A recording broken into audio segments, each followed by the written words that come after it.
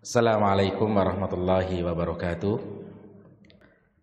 Alhamdulillah, wassalatu wassalamu ala rasulillah Nabiyyina Muhammadin wa ala alihi wa sahbihi wa man sara binahjihi ila yaumiddin. Alhamdulillah, kita bisa dapat kembali untuk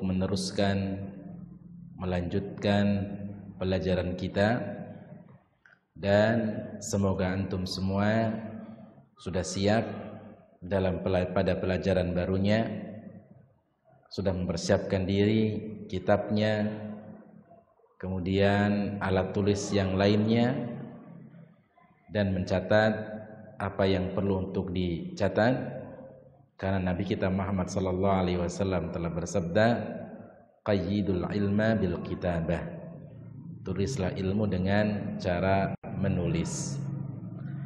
Tapi pada pertemuan kali ini kita akan membahas masalah asmaul af'al, dan pembahasan ini masih pada rangkaian daripada isim-isim yang mabni pada pasal yang kelima dari kitab mukhtaratnya, yaitu isim ditinjau dari perubahan harokat akhir. Dan kita telah sampai pada isim mabni yang berikutnya, yaitu asmaul af'al. Setelah kita menyelesaikan pada pembahasan yang sebelumnya, yaitu isim mabni, yang pertama dhamir, yang kedua isim isyarah, yang ketiga isim mausul, yang keempat isim syarat, dan yang kelima adalah isim istifham. Adapun sekarang yang akan kita bahas, yang akan kita bicarakan, yang akan kita pelajari bersama adalah asmaul af'al. Asmaul af'al. Apa itu asmaul af'al? Asmaul af'al, kalau kita lihat dari lafaz pengertian asmaul af'al adalah asma al-af'al, gabungan dari dua kata. Yang pertama adalah asma, yang kedua adalah af'al. Apa itu asma? Asma merupakan bentuk jamak taksir dari ismun. Af'al juga bentuk jamak taksir dari fi'lun. Berarti isim artinya sebuah isim, af'al fi'il berarti fi'il. Kemudian digabung menjadi satu, yaitu sebuah nama asmaul af'al. Asmaul af'al. Baik. Nah, sekarang apa pengertian daripada asmaul af'al? Asmaul af'al pengertiannya adalah sebuah isim yang mempunyai makna fi'il. Isim yang mempunyai makna fi'il. Kita kembali mengingatkan kembali bahwasannya sebuah kata dalam bahasa Arab itu ada tiga. Yang pertama isim, yang kedua fi'il, yang ketiga huruf. Isim mempunyai arti sendiri, yaitu sebuah kata benda, sifat atau keterangan waktu. Fi'il mempunyai makna sendiri, yaitu sebuah kata kerja. Baik. Nah, kemudian ketika digabung menjadi asmaul af'al, maknanya adalah bahwasanya ini sebuah isim, lafadznya adalah lafadz isim, namun maknanya adalah makna fi'il. Itu disebut dengan asma af'al. Kalau isim punya makna sendiri, kata benda, sifat, keterangan waktu. Fi'il punya makna sendiri, yaitu kata kerja. Namun asmaul af'al adalah sebuah lafaz, sebuah kata, dia isim tetapi maknanya adalah makna fi'il. Maknanya adalah makna kata kerja. Beda dengan isim saja. Kalau isim saja mungkin kata benda, qalamun kata benda, kursiyun kata kursi, kata benda, maktabun meja, kata benda. Kalau fi'il saja kata kerja. Jalasa duduk, yaktubu menulis, ijlis duduklah, ikra bacalah. Dan ini adalah masing-masing dari bagian tadi, masing-masing dari bagian isim dan masing-masing dari bagian fi'il. Namun untuk asmaul af'al ini adalah merupakan isim yang mabni dan dia memiliki makna fi'il. Lafadznya adalah lafadz isim, tetapi makna lafadz tersebut adalah sebuah fi'il. Oleh karenanya digabung menjadi satu, yaitu asmaul af'al. Sebuah isim yang mempunyai makna fi'il. Dan asmaul af'al ini adalah termasuk di antara salah satu bagian dari isim yang mabni. Itulah asmaul af'al.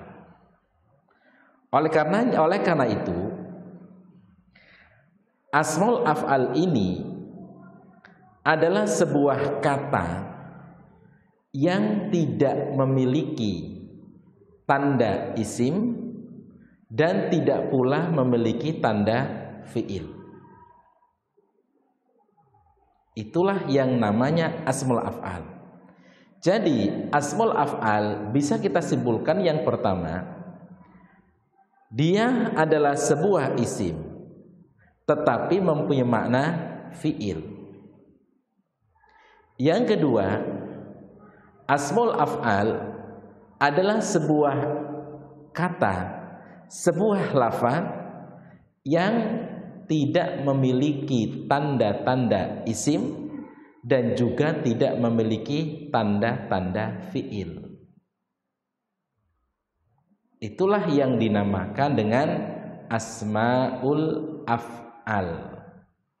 Dan dia termasuk di antara isim-isim yang mabni. Baik. Karena asmaul af'al ini adalah suatu lafaz yang maknanya adalah mempunyai makna sebuah fi'il, maka ada asmaul af'al yang memiliki makna fi'il madhi. Ada asmaul af'al yang memiliki arti fi'il mudhari. Dan ada asmaul af'al yang memiliki makna fi'il amr. Sebagaimana yang kita ketahui, yang telah kita pelajari, bahwa fi'il terbagi menjadi 3. Yang pertama namanya fi'il madhi, kata kerja menunjukkan waktu lampau. Yang kedua fi'il mudhari, kata kerja menunjukkan waktu sekarang atau akan datang. Yang ketiga fi'il amr, yaitu sebuah kata yang memiliki arti perintah. Kapan waktunya? Mungkin sekarang atau akan datang. Itu bagian daripada fi'il. Nah, demikian pula asmaul af'al, karena dia adalah merupakan sebuah isim, namun artinya maknanya adalah fi'il, maka asmaul af'al juga kalau ditinjau dari waktunya ada 3. Yang pertama asmaul af'al yang memiliki arti fi'il madhi. Yang kedua asmaul af'al yang memiliki arti fi'il mudhari'. Dan yang ketiga, asmaul af'al yang memiliki arti fi'il amr. Dan lafadznya adalah lafadz isim dan dia adalah mabni. Bacaannya tetap seperti itu, tidak mengalami perubahan pada bacaan dan harokat akhirnya. Tidak mengalami perubahan dalam lafadz dan juga tidak mengalami perubahan pada harokat akhir. Itulah asmaul af'al. Adapun asmaul af'al yang memiliki makna fi'il madhi adalah hayhata. Hayhata di situ adalah merupakan asmaul af'al yang lafadznya adalah lafadz isim, tetapi makna arti dari hayhata adalah fi'il madhi, yang mana hayhata selamanya akan dibaca hayhata. Apa artinya hayhata? Hayhata artinya ba'uda, artinya jauh. Jauh merupakan sebuah fi'il, arti dari fi'il. Baik. Kemudian pada kitabnya di situ yang kedua adalah syattana. Yang pertama hayhata, yang kedua syattana. Syattana juga asmaul af'al dan lafadznya dibaca syattana dan harokat akhirnya senantiasa berharokat fathah. Sehingga dimanapun kita jumpai lafadz itu, maka bacalah syattana. Bacalah syattana. Syattana asmaul af'al yang memiliki arti fi'il madhi, artinya adalah iftaraqa. Artinya iftaraqa. Apa artinya iftaraqa? Iftaraqa artinya berpecah belah atau kacau balau. Itu berpecah belah. Baik. Kemudian yang kedua, asmaul af'al yang memiliki arti fi'il mudhari' adalah lafadz qad. Lafadz qad. Yang mana qad di sini adalah merupakan asmaul af'al. Lafadznya adalah sebuah isim dan dia tidak mengalami perubahan harokat akhirnya dan dibaca seperti itu. Qad akan terbaca qad dimanapun dia berada. Dan qad bermakna yakfi, artinya cukup. Namun penggunaan qad untuk asmaul af'al lafadz qad biasanya ditambahkan dengan huruf fa. Sehingga mungkin yang sering kita dengar, yang sering kita jumpai penggunaan dalam sebuah kalimat adalah bukan qad, tapi faqat. Tapi lafaznya adalah faqat. Tapi sebenarnya itu adalah asmaul af'al yang asalnya adalah qad, cuma ditambahkan huruf fa yang berfungsi untuk tazyinul lafzi.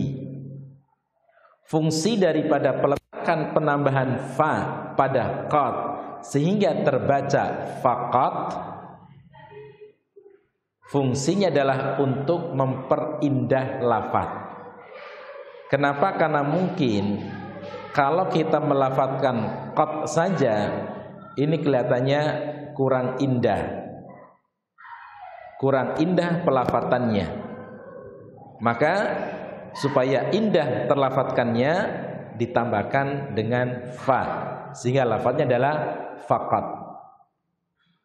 Dan ini yang sering kita dengar yang sering kita jumpai pada penggunaan sebuah kalimat yang artinya adalah yakfi, cukup. Kemudian yang ketiga, asmaul af'al yang memiliki arti fi'il amr, perintah, adalah hayya. Hayya bimana akbil, penuhilah, bukan ayo. Hayya artinya bukan ayo. Kalau ayo dalam bahasa Arab itu bukan hayya tapi hayya, menggunakan huruf H. Hayya seperti dalam ungkapan hayya bina ilas sholat, ayo kita sholat. Hayya bina ilas sholat, ayo kita sholat, itu pakai H. Tapi kalau pakai hayya, asmaul af'al yang bermakna akbil, penuhilah. Kemudian yang berikutnya adalah alaika, artinya ilzam, wajib bagimu. Kemudian sah dengan menggunakan ha, bukan ha. Kalau sah dengan menggunakan ha artinya sahih. Tapi kalau sah dengan menggunakan ha, sah, berarti di situ artinya uskut, diamlah. Kemudian lafaz yang selanjutnya adalah dunaka. Dunaka artinya khud, ambillah. Kemudian iyyaka bermakna ihdar, hati-hatilah. Kemudian amin artinya istajib, kabulkanlah. Maka itulah beberapa lafaz dari asmaul af'al yang mempunyai arti fi'il amr. Baik. Maka kita dalam pembahasan ini kita perlu untuk menghafalkan. Pembahasan asmaul af'al adalah pembahasan yang tidak terlalu banyak pembahasannya, hanya sekedar kita tahu saja bahwasanya di sana ada isim mabni yang namanya asmaul af'al yang mempunyai arti fi'il. Ada yang punya arti fi'il madhi, ada yang mempunyai arti fi'il mudhari', dan ada yang mempunyai arti fi'il amr. Baik. Kemudian pembahasan ini adalah menitik beratkan kepada pengenalan daripada asmaul af'al. Oleh karenanya ini perlu penghafalan, perlu dihafalkan lafaz-lafaz daripada asmaul af'al, perlu dihafalkan. Kenapa? Karena lafaznya adalah seperti itu. Baik, hanya saja sekarang kita akan mempelajari bagaimana cara penggunaannya dalam sebuah kalimat. Apakah bisa digunakan dalam susunan sebuah kalimat? Bisa. Asmaul af'al bisa disusun dalam bentuk sebuah kalimat. Karena sebagaimana asmaul af'al tadi, dia adalah sebuah isim tetapi memiliki makna fi'il. Sebagaimana fi'il biasanya bisa disusun dalam sebuah kalimat, begitu juga asmaul af'al bisa disusun dalam sebuah kalimat. Hanya saja kita harus mengingat, kita harus menghafalkan lafaz-lafaz daripada asmaul af'al. Lah kalau seandainya kita nggak menghafal, kalau seandainya kita tidak ingat dan tidak menghafalkan lafaz-lafaz daripada asmaul af'al, ya tentunya kita mau tahu dari mana. Kalau kita mencoba dalam sebuah kalimat, tapi kita nggak tahu, tidak hafal asmaul af'al, terus kita taunya dari mana? Makanya kewajiban antum semua adalah untuk menghafalkan daripada lafaz-lafaz asmaul af'al, sehingga ketika kita menjumpai lafaz tersebut kita tahu inilah yang namanya asmaul af'al, dan inilah lafaz-lafaz yang sering dipakai, sering kita jumpai dalam sebuah kalimat. Mungkin ada yang bertanya, apakah asmaul af'al ini hanya ini aja ataukah masih ada yang lainnya? Kita katakan tentunya di sana masih ada beberapa bentuk yang lain dari asmaul af'al. Cuma yang tertera di sini yang kita bicarakan adalah suatu lafaz yang sering dipakai, yang sering kita dapati dalam penggunaan sebuah kalimat. Baik.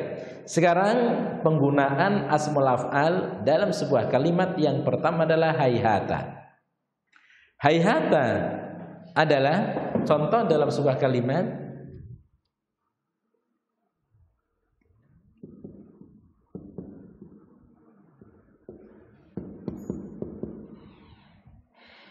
Baik.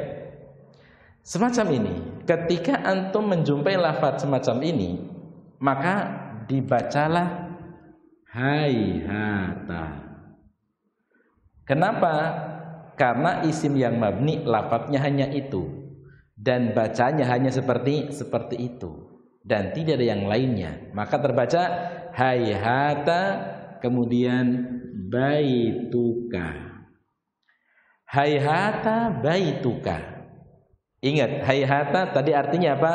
Ba'uda. Maka hayhata baituka artinya ba'uda baituka, rumahmu jauh. Maka ini artinya jauh. Hayhata baituka, rumahmu jauh. Apa silahkan bisa antum kembangkan pada kalimat yang lain. Ya. Hayhata ma taqulu. Jauh sekali apa yang kamu katakan. Misalnya, atau sayyaratuka hayhata, mobilmu letaknya jauh, dan seterusnya. Kemudian yang kedua adalah yang mempunyai makna fi'il madhi pada kalimat di situ adalah syattana. Penggunaan kata syattana.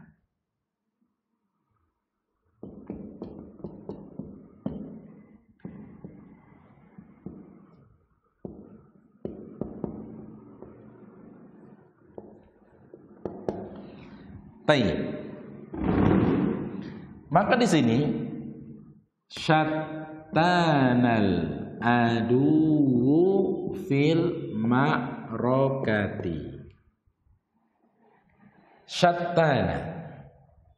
Syattana di sini adalah asmaul af'al. Dia lafadznya isim dan mempunyai makna fi'il dan terbaca semacam itu. Syattana. Dan penggunaan ke sebuah kalimat seperti ini.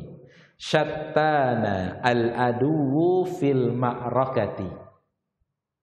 Syattana al-aduwu fil ma'rakati. Taib, syattana artinya iftaraqa. Iftaraqa. Apa artinya iftaraqa? Berpecah belah. Berpecah belah. Berarti syattanal adu fil ma'rakati mempunyai makna arti musuh itu berpecah belah fil ma'rakati dalam medan pertempuran. Itu maknanya. Baik. Begitu juga ketika kita bisa melafadzkan, ya, misalnya syattana al-yahud, syattana an-nasara misalnya, maka silakan bisa digunakan susunan kalimat semacam itu. Baik, jadi ini adalah penggunaan untuk syattana dan iftaraqa yang mempunyai makna fi'il amadi. Kemudian yang kedua adalah asmaul af'al yang mempunyai makna fi'il mudhari, adalah qad atau faqad. Misal